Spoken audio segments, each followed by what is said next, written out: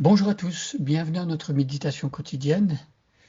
Quelle joie de revenir à nouveau dans cette lettre de Paul aux Thessaloniciens et de méditer verset par verset le chapitre 1 de cette belle lettre.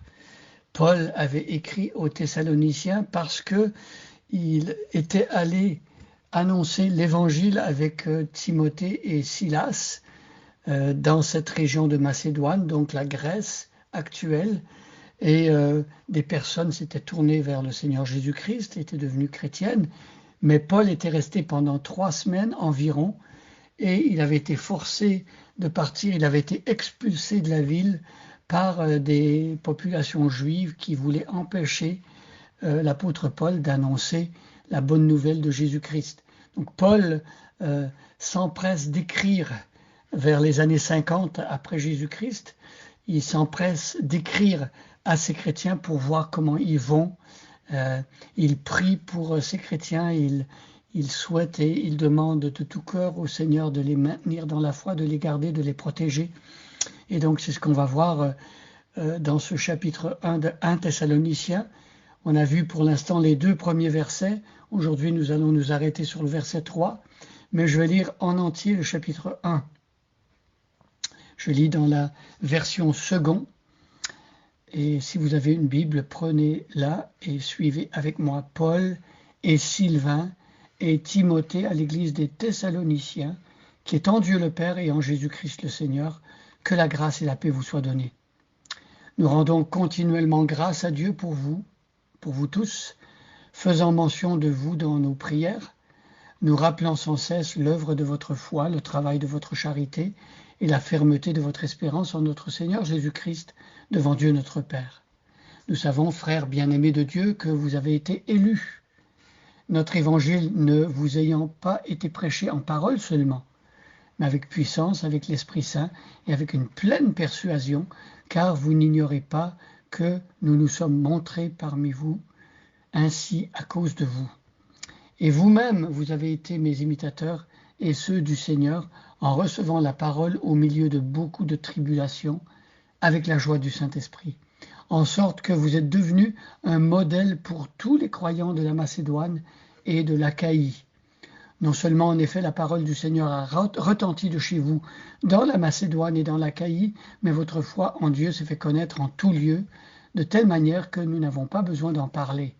Car on raconte à notre sujet quel aspect nous avons eu auprès de vous et comment vous vous êtes convertis à Dieu en abandonnant les idoles pour servir le Dieu vivant et vrai et pour attendre des cieux son Fils qu'il a ressuscité des morts, Jésus, qui nous délivre de la colère à venir. Donc aujourd'hui, nous avions vu hier que Paul rendait grâce à Dieu, il remerciait Dieu quand il pensait aux chrétiens de Thessalonique et il priait pour chacun des membres de cette jeune église, vu que Paul avait de l'affection pour ces chrétiens, il les aimait. Et au verset 3, aujourd'hui, nous continuons la lecture, nous rappelant sans cesse l'œuvre de votre foi. Alors Paul se souvient dans quelles circonstances ces personnes de Thessalonique, qui étaient des païens, polythéistes, qui adoraient des idoles, de quelle manière ces païens polythéistes ont mis leur foi dans la bonne nouvelle. Eh bien, la foi vient de ce qu'on est exposé à la parole de Dieu.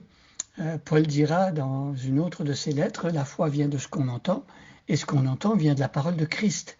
Donc, lorsque nous prêchons l'Évangile suscite la foi dans le cœur de certaines personnes, et ainsi donc Paul, Silas et Timothée avaient annoncé l'Évangile à Thessalonique, et l'Évangile avait fait une œuvre, et cette foi qui était née dans le cœur des Thessaloniciens travaillait aussi et portait du fruit en réalité. Donc Paul se rappelle l'œuvre de votre foi, une foi qui les avait amenés à prendre position pour le Seigneur Jésus-Christ, à rejeter certains aspects de leur vie qui ne plaisaient pas à Dieu et à embrasser de tout leur cœur la personne du Messie, du Christ. Vous rappelant sans cesse l'œuvre de votre foi, le travail de votre charité. Alors ici, dans la traduction Louis II 1910, on emploie le mot charité qui a un sens différent aujourd'hui.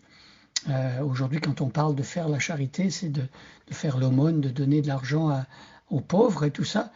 Mais ici, le mot qui est employé au verset 3, c'est le mot amour, c'est le mot agapé, c'est le sens le plus fort que peut avoir l'amour, un amour sacrificiel, un amour qui se donne.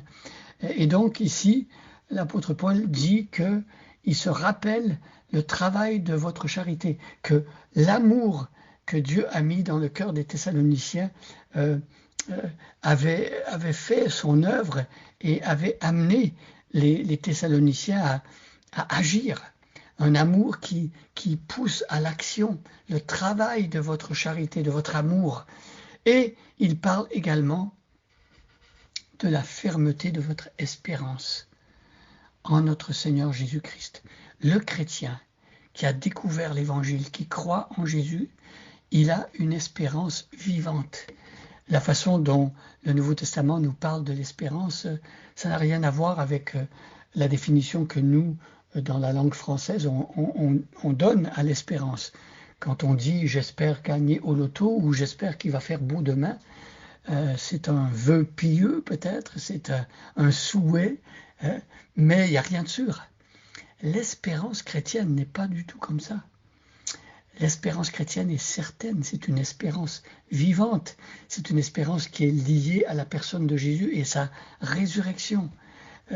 Autant Jésus est ressuscité d'entre les morts, et autant on peut avoir la certitude de cela, c'est un fait historique, autant notre espérance, elle est sûre et certaine, parce qu'elle est liée à Jésus. La fermeté de votre espérance, l'espérance est comme le moteur dans la vie chrétienne, c'est ce qui nous permet d'avancer. Et quand on traverse des épreuves et des moments difficiles, notre espérance nous amène à regarder au-delà des épreuves et même de cette vie actuelle et de regarder à ce qui nous attend, à la gloire à venir, à ce que Dieu nous réserve dans sa présence lorsque on sera avec lui. Et donc ici, l'apôtre Paul, il réunit les trois choses qui sont importantes, on appelle cela les vertus théologales qui ont un rapport direct avec Dieu, que Dieu produit dans le cœur humain, c'est-à-dire la foi, l'espérance et l'amour. Et dans sa première lettre aux Corinthiens, au chapitre 13, verset 13, l'apôtre Paul va dire qu'il y a trois choses qui demeurent, la foi, l'espérance et l'amour, mais la plus grande de ces choses, c'est l'amour.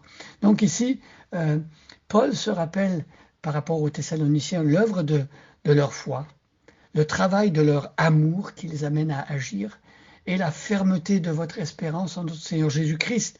Alors Paul parle de fermeté de l'espérance parce que les chrétiens de Thessalonique, à l'instar des chrétiens de Judée, ont été persécutés par leurs compatriotes lorsqu'ils ont cru, et aussi par un groupuscule de juifs qui avait dans la région. Ils ont été persécutés, mais ils sont restés fermes. Pourquoi rester ferme lorsqu'on est persécuté? C'est parce qu'on a une espérance vivante en notre Seigneur Jésus-Christ devant Dieu notre Père. Et donc nous pouvons dire, nous qui sommes croyants aujourd'hui, que notre foi agit aussi dans notre cœur et transforme notre cœur grâce à Jésus-Christ. Et notre amour nous amène à agir aussi. C'est l'amour de Christ qui a été déversé dans notre cœur. Et notre espérance nous amène aussi à résister à la tentation de baisser les bras lorsqu'il y a des obstacles qui se présentent devant nous et parfois même la persécution. Nous remercions Dieu parce que c'est lui qui produit en nous la foi, l'espérance et l'amour. Que Dieu produise en abondance foi, espérance et amour dans votre cœur aujourd'hui. Bonne journée à chacun et à chacune et soyez bénis.